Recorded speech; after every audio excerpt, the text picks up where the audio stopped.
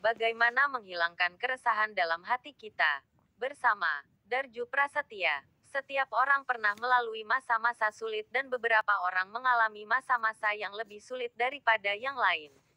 Di dunia yang serba cepat ini, sangat mudah untuk kehilangan kontak dengan diri kita sendiri dan perasaan kita sendiri. Kita terkadang lupa bagaimana bersikap lembut dan baik kepada diri sendiri. Kita hanya menerima begitu saja dan mulai berpikir bahwa masalah kita tidak penting. Jika kita tidak menjaga diri kita sendiri, pada akhirnya kita akan kehilangan pandangan hidup yang bahagia, positif, dan percaya diri. Ada saat-saat dalam hidup kita ketika kita merasa sulit untuk memaafkan.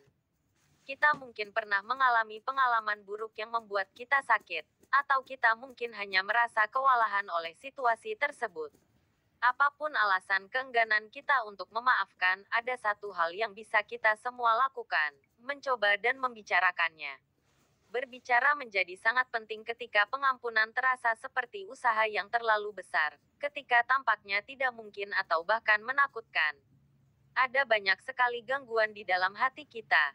Tidak peduli berapa banyak kita mencoba untuk menekannya, itu tidak pernah hilang sepenuhnya.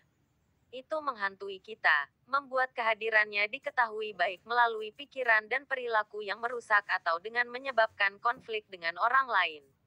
Meskipun beberapa orang mungkin tampak tidak terpengaruh oleh gangguan tersebut, hal ini tidak selalu terjadi. Faktanya, kebanyakan orang yang berjuang dengan kekacauan batin mengalami konsekuensi negatif dalam kehidupan pribadi dan profesional mereka. Ada banyak metode yang dapat digunakan untuk melepaskan gangguan dari hati Anda. 1. Terlibat dalam ritual perawatan diri. Merawat diri sendiri secara fisik dan emosional membantu Anda sembuh lebih cepat dan mengurangi tingkat stres yang mengarah pada penurunan kecemasan. 2. Meditasi atau yoga dapat membantu dengan latihan pernapasan dan relaksasi, yang akan menghasilkan pikiran dan hati yang lebih tenang, seperti yang disebutkan di atas. 3. Luangkan waktu untuk merenungkan segala karunia Allah yang diberikan dalam hidup Anda dan menghargainya. 4. Luangkan waktu berkualitas dengan teman, keluarga, dan orang-orang terkasih yang mengangkat Anda secara spiritual maupun emosional. 5. Bersyukur untuk semua hal yang diberikan Tuhan pada kita. 6. Pelajari atau dalami atas agama yang kita anut agar hidup kita menjadi lebih tenang. 7. Pastikan untuk membaca buku-buku yang bisa membuat Anda semakin optimis dan merasa damai dan bahagia dengan apa yang Anda baca. Karena masalah dengan tidak menjaga diri sendiri sering memicu perasaan negatif. Alih-alih menangani masalah dan kesulitan kita, kita menempatkan mereka di belakang kompor. Kita lupa bahwa mereka ada di sana, dan seiring waktu mereka menjadi semakin sulit untuk ditangani. Disinilah gangguan itu masuk. Gangguan itu adalah pikiran, emosi, dan sensasi negatif batin kita.